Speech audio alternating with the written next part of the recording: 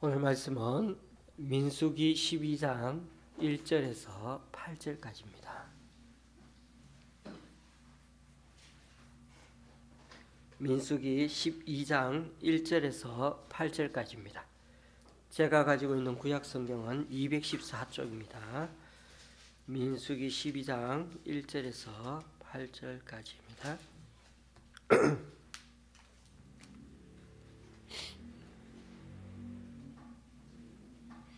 교도하실 때 제가 먼저 읽습니다. 모세가 구스 여자를 취하였더니 그 구스 여자를 취하였으므로 미리암과 아론이 모세를 비방하니라. 그들이 이르되 여호와께서 모세와만 말씀하셨느냐 우리와도 말씀하지 아니하셨느냐 하며 여호와께서 이 말을 들으셨더라. 이 사람 모세는 온유함이 지면의 모든 사람보다 더하더라. 여호와께서 갑자기 모세와 아론과 미리암에게 이르시되 너희 세 사람은 회막으로 나오라 하시니 그 세 사람이 나아가며 여호와께서 구름 기둥 가운데로부터 강림하사 장막문에 서시고 아론과 미리암을 부르시는지라. 그 두 사람이 나아가며 이르시되 내 말을 들으라. 너희에게 무슨 자가 있으면 나 여호와가 환상으로 나를 그에게 알리기도 하고 꿈으로 그와 말하기도 하거니와 내 종 모세와는 그렇지 아니하니 그는 내 온 집에 충성함이라. 그와는 내가 대면하여 명백히 말하고 엄밀한 말로 하지 아니하며 그는 또 여호와의 형상을 보거늘 너희가 어찌하여 내 종 모세 비방하기를 두려워하지 아니하느냐. 아멘.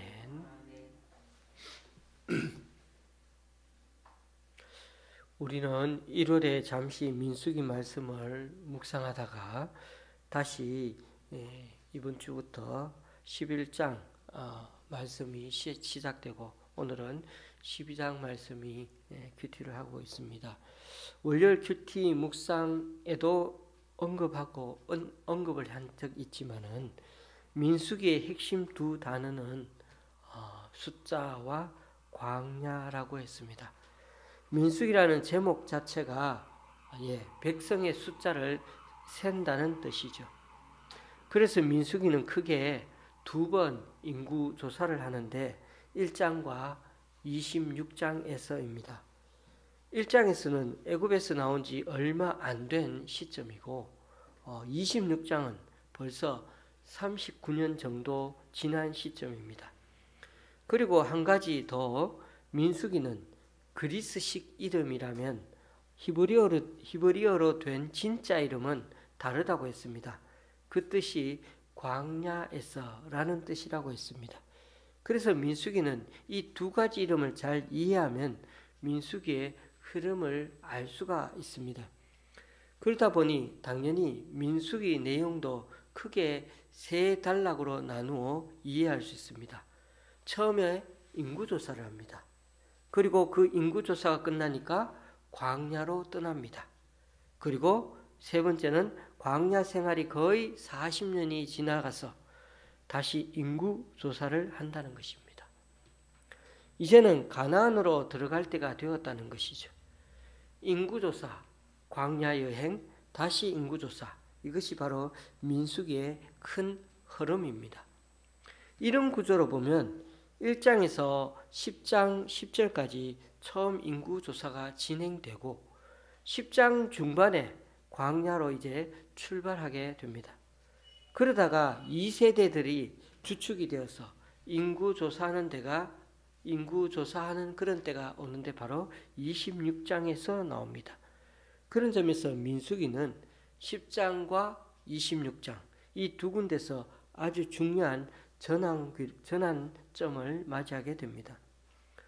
오늘 말씀은 두 번째 단락인 광야에서 일어나고 있는 부분을 다루고 있습니다. 광야 여행을 하는 중에 이들 이스라엘 백성들은 하나님의 구름을 따라서 약속의 땅을 향해 산뜻하게 출발을 했지만은 광야로 들어서자 곧 원망하며 불평하기 시작합니다. 광야 생활이란 게 그렇죠. 얼마나 불편하고 힘이 드는 게 많습니까? 우리가 집을 지어놓고 그렇게 살아도 불편한데 네, 늘 그 떼앞빛에 이동하면서 산다고 생각해 보십시오. 문제는 그렇게 힘이 들게 사는 게 많은데 문제는 그 광야 생활 속에서 그 불평과 원망이 이제 지도자 모세에게 고스란히 돌아가는데 문제는 모세를 도와주는 이인자들이 더 문제였습니다. 그들도 모세를 지금 도와주기는커녕 힘이 들게 하고 있습니다. 어떤 쪽으로 모세를 곤란에 빠뜨리는지 한번 보겠습니다. 마치 모세가 구스 여자를 아내로 맞아들이는 사건이 생겼습니다. 구스 여자란 오늘날로 말하면 에티오피아 사람을 말하는데 이방 여인이죠. 모세가 왜 이런 짓을 했는가 이해 못하는 분들도 계시겠지만은 당시는 일부 다처제가 흔한 사회였습니다. 혹은 이때 아내 시보라가 죽었는지도 모르겠지만 어쨌든 여러 상황 가운데서 모세는 구스 여인을 이렇게 아내로 받아들입니다. 지금도 그쪽 지역에 가보면 아랍 지역에는 이런 문화 너무나 자연스럽습니다. 막 몇 명씩 다 그렇게 거느리고 사는 사람이 많죠. 주변 문화가 다 그런 그 당시에 그런 추세이니까 모세도 이렇게 아내를 취하는 게 별 문제가 없다고 생각했던 것입니다. 그래서 쉽게 넘어가리라 생각했던 이 문제가 모세의 누나인 미리암과 형 아론이 모세의 행동을 트집 잡아서 비난하고 나섰습니다. 그렇게 치면 아브라함에게도 후처가 있었죠. 그두라라고. 심지어는요. 하갈이라는 첩도 두지 않았습니까? 후처도 있고 첩도 있었는데 말입니다. 나중에 보니까 어떻습니까? 다윗과 솔로몬 한두 명도 아니고 수백 명이나 되었다고 하지 않습니까? 그런데 말입니다. 리더에게 이런 문제가 생기면 제일 먼저 가장 가까이 있는 누나와 형님이 좀 조용히 찾아봐가지고 말해줘야 그래야 정상이지 않습니까? 아니 지도자라고 해서 이렇게 하면 되겠습니까? 백성들의 눈도 좀 생각해 주셔야죠. 이렇게 넌지시 나무랐다면은 별 탈이 없었을 텐데 그들은 이렇게 덜그덕 자신의 속내를 드러내고야 말았습니다. 2절 말씀. 여호와께서 모세와만 말씀하셨느냐? 우리와도 말씀하지 아니하셨느냐? 니만 선지자고 그러냐? 우리도 하나님 말씀 듣고 그런단 말이야. 이렇게. 그들은 왜 모세의 허물만을 딱 그 하나를 지적하지 않고 엉뚱한 말을 하는 걸까요? 이방 여인을 맞아들인 것에 대해 얘기해야 맞는데 이것을 빌미로 모세의 권위를 건드리는 말을 하고 있는 것입니다. 여러분, 권위와 권위주의는 반드시 구분해야 합니다. 요즘 시대가 어떻게 보면 권위 상실의 시대라고 하기도 합니다. 어떤 사람들은 권위를 파괴하고 무너뜨려야 개혁을 할 수가 있다는 생각을 하는데 꼭 그렇지는 않습니다. 우리가 다 예수님처럼 할 수는 없는 거죠. 왜 우리가 권위에 복종해야 하는지 아십니까? 권위는 하나님에게서 나오기 때문인 거죠. 각 사람은 위에 있는 권세들에게 복종하라. 권세는 하나님으로부터 나지 않음이 없나니 모든 권세는 다 하나님께서 정하신 바라. 그러므로 권세를 거스른 자는 하나님의 명을 거스름이니 거스르는 자들은 심판을 자취하리라. 로마서 13장에 나오는 말씀이죠. 권세는 하나님으로부터 나온 것이고 하나님께서 부여하신 것이므로 복종해야 한다는 것입니다. 그러니 여기서 중요한 점은 그들이 모세의 잘못을 지적한 게 문제가 아니라 권위에 대하여 도전했다는 것입니다. 물론 리더인 모세가 잘못한 게 맞습니다. 변명의 여지가 없습니다. 그렇다고 지금 공동체에 리더를 무너뜨리고 무너지게 하면 커다란 혼란에 빠지게 되지 않겠습니까? 이제 출발한 지도 얼마 안 됐는데 아버지가 무너지면 그 가정이 어려움을 겪게 되죠. 목사가 무너지면 그 교회가 혼란에 빠집니다. 사장이 무너지면 그 회사가 당연히 무너지죠. 모세는 그런 점에서 잘못한 측면이 있습니다. 그러나 미리암과 아론은 이런 틈을 타서 결국 사탄의 꾀임에 빨려들었습니다. 사탄의 부추김과 속삭임에 그렇게 속아가지고는 리더인 그 모세를 밀어내려고 하는 마음이 함께 생겨났다는 것입니다. 자, 보십시오. 2절에 보니 이렇게 수군거리며 모세를 대적하는 음모를 누가? 하나님이 들으셨어요. 하나님이 들으셨어요. 그리고는 하나님이 즉각적으로 개입하셨던 겁니다. 1절에서는 모세가 그렇게 어떤 잘못을 저질렀다, 구설 여인을 치는 것에 대해서 얘기하는 것처럼 보이지만 속내는 바로 그 권위에 도전하는 것을 하나님은 알고 계셨던 거죠. 3절 말씀에 모세가 온 세상 사람보다 온유하다고 하나님이 딱 그렇게 말씀 가운데 얘기해 주지 않습니까? 모세가 무너지면 이스라엘 전체가 흔들린다는 걸 아신 하나님이 모세를 먼저 인정해 주셨습니다. 모세 편을 드신 거죠. 여기서 온유함이라는 말이 나오죠. 모세는 온 지면에 모든 사람들보다 더 온유하다. 단순히 성품이 따뜻하다, 온유하다 그런 뜻이 아니고요. 물론 온유라는 말을 쓸 때 그렇게 표현들을 많이 하고 저도 예전에 많이 썼습니다. 야생마를 훈련시켜서 온순하게 만드는 걸 온유하다라고 합니다. 딱 모세가 그렇죠.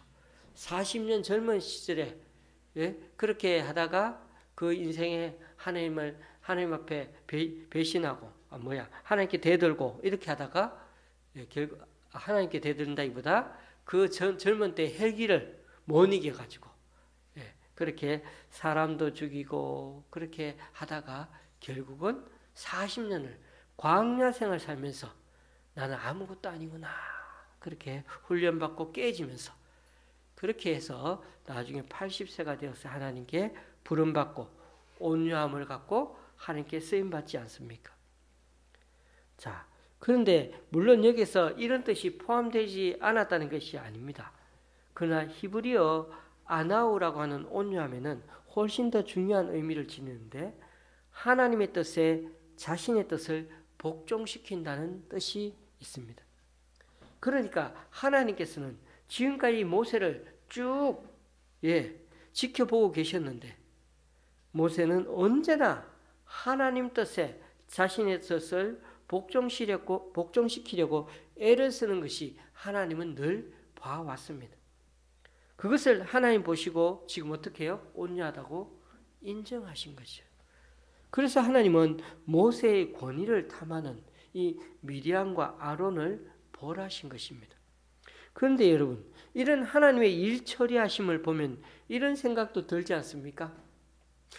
교회 지도자나 하나님 사람을 건드려서는 안 되겠네 그러면 큰일 나네.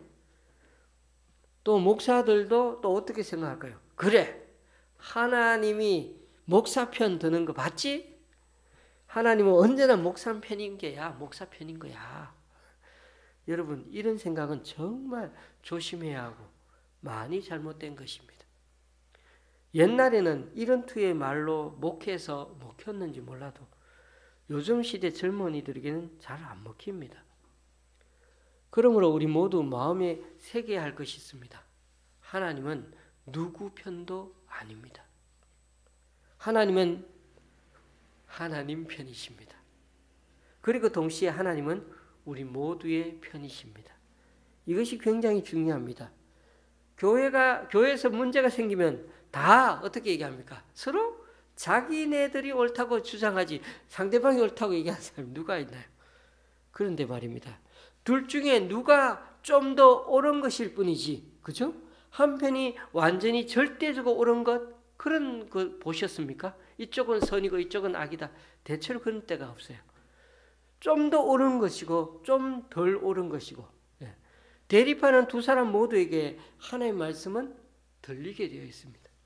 그러니까 그때 꼭 기억해야 할 것은요, 조금 더 옳은 사람도 좀 덜 옳은 사람도 하나님 말씀 앞에서 자신을 정확하게 잘 되돌아보는 것이 그때 참 중요합니다. 왜요? 하나님 말씀과 하나님이 행하심만이 기준이고 옳기 때문이죠. 우리가 하나님 뜻에 우리가 어떻게 해야 된다고요? 내가 맞추어야 하는 것이지. 하나님 봐요. 제 말이 맞죠? 이렇게 말하면 안 되는 것입니다. 그러면서 자꾸 하나님을 자기에게 맞추려고 자기에게 땡기려고 하는 거. 그것은 하나님 뜻이 절대 아니고 내 편, 네 편 나누는 것밖에 안 되는 것이죠. 그리고 모세는 참 온유한 사람이었다고 얘기하죠. 철저히 하나님 뜻에 자신을 맞추어 가려고 노력하기 때문에 온유한 자라는 것입니다. 그러나 이 온유함도 다른 사람들에 비해 그렇다는 것이지 하나님 기준에 완전히 합격했다 그런 뜻은 아닙니다. 인간은 아무리 잘해도 항상 어떻게 부족한 면이 있고 모자라죠. 오늘 모세도 보십시오. 또 잘못을 저지르지 않습니까? 그러므로 하나님이나 성경 말씀을 이용해서 자기 자신을 정당화해서는 안 됩니다. 아무리 자신의 행동이 옳다고 여겨도 하나님의 이름을 망령되이 일컫는 것은 절대 안 됩니다. 여러분, 과거 미국에서 일어난 일이 바로 남북전쟁이 일어난 적이 있습니다. 흑인 노예 제도를 두고 남군과 북군이 그렇게 나누어서 전쟁을 했죠. 사실 따지고 보면 남군이나 북군 모두 하나님을 믿는 사람들이었습니다. 그래서 전쟁 때 서로가 자신들이 이기게 해달라고 하나님께 열심히 기도했죠. 이럴 때 하나님은 누구 편을 들어주어야 하겠습니까? 여러분, 중요한 점이 바로 여기에 있습니다.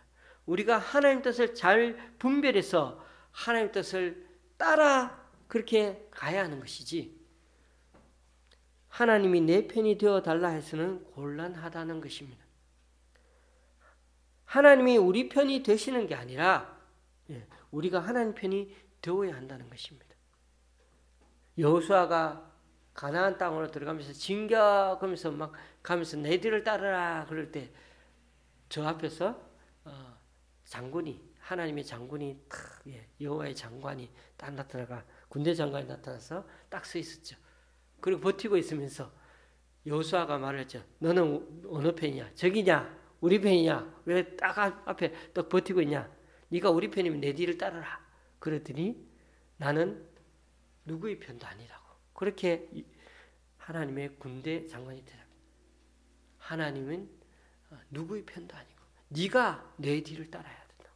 그래서 여호와의 군대 장관이 앞서 가시고 그 뒤에 이스라엘 백성들이 따라가면서 전쟁을 하게 되었던 거죠. 그런 점에서 교우님들, 우리가 하나님이 우리 편이 되시는 게 아니고 우리가 하나님 편이 되어야 하는데 하나님을 내 편을 끌어내서는 안 되고 내가 하나님 편으로 가야 한다고 했습니다. 우리가 하나님 편이 되는 것은 그런데 사실 그렇게 간단한 것은 단순한 것은 아닙니다. 너무 쉽게 결정하지 마십시오. 하나님 편에 선다고 하면서 때로는요 더 분열을 조장하는 경우가 많기 때문이죠. 예를 한번 들어볼까요? 성경에 나옵니다. 고린도 교회에서 큰 분쟁이 생겼을 때 사도 바울은 이렇게 말하죠. 너희에 대한 말이 내게 들리니 곧 너희 가운데 분쟁이 있다는 것이라. 내가 이것을 말하거니와 너희가 각각 이르되 나는 바울에게, 나는 아볼로에게, 나는 게바에게, 나는 그리스도에게 속한 자라 한다는 것이니. 그러면 바울은 누구 편을 들을까요? 바울파라 그러니까 바울 편을 들어야 되나요? 그런데 바울은 그렇게 얘기하지 않았던 거죠. 고린도 교회에 여러 부류의 사람들이 있지만은 교회를 세우고 복음을 전해준 사도 바울을 따르는 사람들, 그 좋은 사람들 같지 않습니까? 또 현재 고린도 교회에 목회하고 있는 현 담임 목사가 누굽니까? 아볼로야. 그러니까 아볼로파가 됐어. 이 사람 말을 들어야 되는 게 맞죠. 근데 또 초대교회 최대 지도자인 누굽니까? 베드로파가 있는데 그것도 맞잖아요.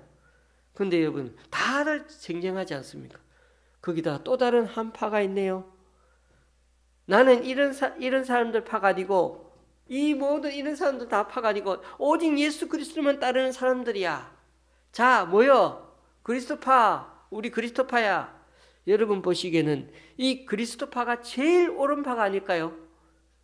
예수 그리스도를 따라야 하니까요. 그럼 여러분, 대한예수교 장로회가 맞습니까? 한국 기독교 장로회가 더 성경적입니까?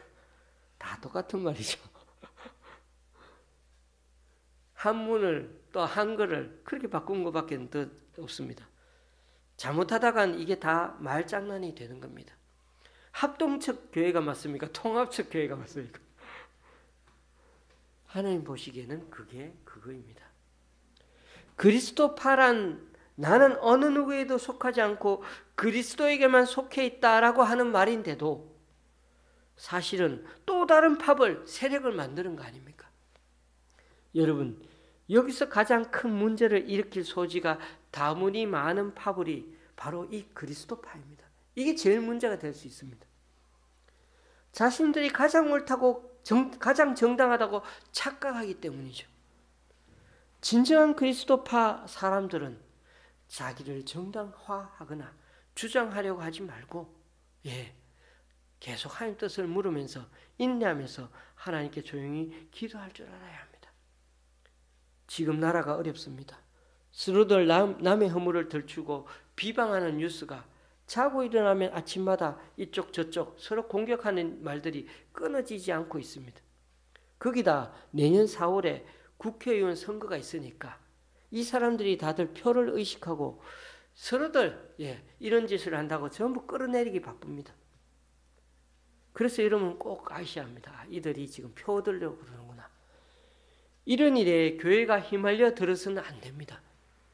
사탄은 이런 광경을 강 건너 불구경하듯이 지금도 바라보면서 팔짱을 끼고 흐뭇해하고 있을 것입니다. 그래서 이럴수록 하나님 뜻에 자신을 복종시키는 아나우, 즉 온유함이 무엇보다 중요합니다. 우리가 하나님 말씀 앞에 늘 겸허한 마음으로 서야 하는 이유가 바로 여기에 있는 것입니다. 하나님께서는 모세와 미리암과 아론을 회막 문 앞에 서라고 하시고 이런 말씀을 하십니다. 6절에서 8절까지 말씀이 좀 길지만 제가 읽어봅니다. 내 말을 들으라. 너희 중에 선지자가 있으면 나 여호와가 환상으로 나를 그에게 알리기도 하고 꿈으로 그와 말하기도 하거니와 내 종 모세와는 그렇지 아니하니 그는 내 온 집에 충성함이라. 그와는 내가 대면하여 명백히 말하고 은밀한 말로 하지 아니하며 그는 또 여호와의 형상을 보거늘 너희가 어찌하여 내 종 모세 비방하기를 두려워하지 아니하느냐. 하나님께서는 선지자들에게 자신의 뜻을 보이실 때 이상과 꿈으로 보이기도 하십니다. 그런데 모세에게는 그 정도가 아니었죠. 이상과 꿈이 아니고 한 차원 높이 말씀하신다고요. 하나님과 모세는 마치 대면하여 말씀하시는 것처럼. 이것이 모세가 다른 사람과의 결정적인 차이입니다. 여기서 대면하다라는 말은 입을 맞춘다는 뜻입니다. 하나님을 친히 대면하면 사실 죄인인 우리는 어떻습니까? 다 죽죠. 어떻게 하나님을 앞에 보고 있습니까? 모세도 사실은 하나님을 눈앞에 보면 죽습니다. 그런데 대면하여 하나님과 말씀할 정도로 그만큼 친밀하다는 것입니다.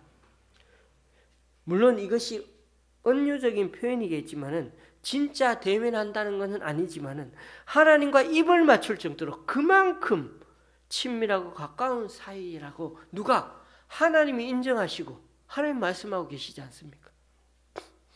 모세에게는 구스 여자보다도 아내 시프라도 그 어떤 사람보다도 하나님과 더 가까웠습니다. 이것이 모세가 능력의 지도자가 될 수 있었던 비결인 것입니다. 물론 오늘 말씀처럼 허물이 있고 약점도 있는 사람이 바로 모세입니다. 그러나 그럼에도 하나님과 동행함으로써 하나님 뜻에 자신을 철저히 복종시킴으로써 온유한 사람이 됨으로써 그의 허물과 약점은 하나님께서 덮여주시고 위대한 지도자가 될 수가 있었던 것입니다. 요즘 청소년들은 부모나 교사의 권위, 어른들의 권위에 거침없이 도전합니다. 올바르지 않는 권위주의는 사실 무너져야 하지만은 하나님의 권위는 서로 인정하고 올바르게 세워가야 하는 것입니다. 그러려면 아나우, 온유하게 주님의 뜻에 따라 살아가려고 하는 자들이 우리가 먼저 되어야 한다는 것입니다. 국가 지도자나 교회 지도자가 솔선수범해서 자신의 개인의 이득을 스스로 챙기지 않고 하나님 뜻에 자신의 뜻을 주님 앞에 복종시키려고 할수록 그에 비례하여 그 사람은 어떻게 됩니까? 그 신뢰도와 영향력은 정대해 갈 것입니다. 더 인기가 높아지겠죠. 진정 우러나오는 마음으로 존경심을 가지며 사람들도 따르려고 하지 않겠습니까? 그리고 좀 잘못이나 실수가 좀 있다 하더라도 국민이나 성도들이 그의 허물을 덮어주고 따르려고 하지 않겠습니까? 예수님께서 이렇게 말씀하셨습니다. 나는 마음이 온유하고 겸손하니 나의 멍에를 메고 내게 배우라. 그리하면 너희 마음이 쉼을 얻으리니. 그렇습니다. 예수님은 하나님의 아들이시면서 하나님 뜻에 완전히 복종시키셨습니다. 십자가에서 죽기까지 복종하셨습니다. 온유하신 분이시고 겸손하신 분이기 때문이죠. 이것이 바로 우리를 구원할 힘의 원천이 되게 했던 것입니다. 그 예수님께서 우리를 향하여 주님의 그 온유함을 배우라고 당부하고 계십니다. 우리가 주님의 온유함을 배울 때 마음의 쉼을 얻고 이 땅에서 영향력 있는 존귀한 자가 되는 것입니다. 말씀을 맺습니다. 하나님의 권위는 매우 중요하고 존중되어야 합니다. 하나님은 당신의 사람을 보내실 때 권위를 부여하여 지도자로 삼으시고 보내십니다. 그러나 하나님은 하나님으로부터 인정받은 권위라고 해도 그것으로 자신의 이득을 챙기거나 스스로 높이는 데 사용하고 자신의 약점을 가리는 데 사용하는 그런 권위주의는 안 됩니다. 또 남을 억압하고 통제하는 데 이용하는 그런 권위주의도 하나님은 싫어하십니다. 기억하십시다. 예전에 했던 것처럼 오늘날도 똑같이 교회에서 이 권위주의를 내세워 사람들을 후려친다면 앞으로는 더더욱 젊은이들이 하나님의 권위를 인정하지 않고 자꾸만 교회를 멀리하게 될 것입니다. 이것이 한국 교회의 위기를 초래하는 원인 중에 하나가 됩니다. 30대 청년 예수님은 이미 2000년 전부터 꼰대같이 권위주의만 내세우는 당시 종교 지도자들을 향하여 과감히 채찍을 휘두르는 것을 마다치 않으셨습니다. 그리고 오히려 스스로를 낮추어 십자가에 죽기까지 온유하고 복종하면서 주님의 뜻을 따라가셨습니다. 부디 저와 여러분도 이 예수님의 온유함을 본받아서 섬김을 받으려 함이 아니라 도리어 섬기려고 때로는 나의 목숨에 위협이 있다 할지라도 희생하고 헌신하며 살아갈 수 있는 자 될 수 있기를 주님의 이름으로 축원합니다. 기도하시겠습니다. 주님, 오늘 말씀을 통해 다시금 공동체 내의 권위에 대해 돌아보게 됩니다. 문제가 생길 때 그 문제 자체가 아니라 권위에 도전하는 자가 되지 않게 하여 주소서.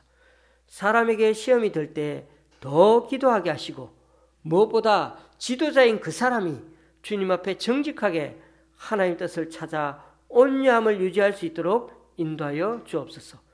무엇보다 우리들 또한 예수님의 온유함을 배움으로 권위주의만 내세우는 꼰대가 아니라 자신을 낮추면서까지 하나님과 이웃을 위해 헌신하고 희생할 줄 아는 그런 섬기는 리더십으로 살아가는 우리 모두가 되게 하여 주옵소서.